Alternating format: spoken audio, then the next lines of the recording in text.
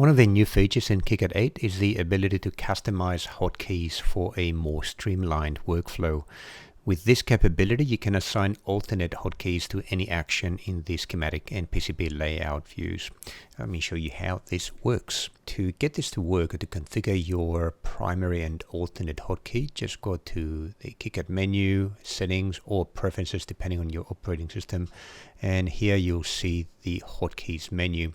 And there's hotkeys for pretty much all of the KiCad applications or apps. There's 3D Viewer, Common, Schematic Editor, Gerber Viewer, Project Manager, PCB Editor, and the Drawing Sheet Editor.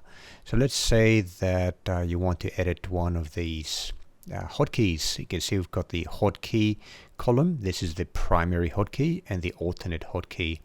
And let's say that you want to set up hotkeys for grid origin. That allows you to set a coordinate for the grid origin.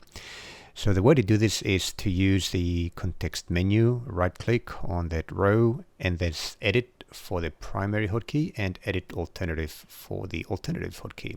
So let's say for the primary you want to have Shift K or whatever you want, like Shift G or Command. I'm just going to do this again. I'm going to go back to Shift K, and that sets my primary hotkey.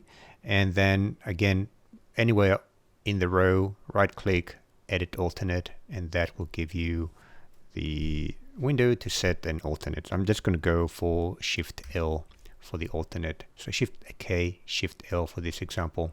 So now I can just go in my PCB editor and just type in Shift K, and there's the grid origin, and the alternate Shift L. Again, the same function is invoked. I can do the same thing with the schematic editor. Shift K, done, and Shift L, done. And you can do that, of course, with all of the available hotkeys. We can have primary and alternate.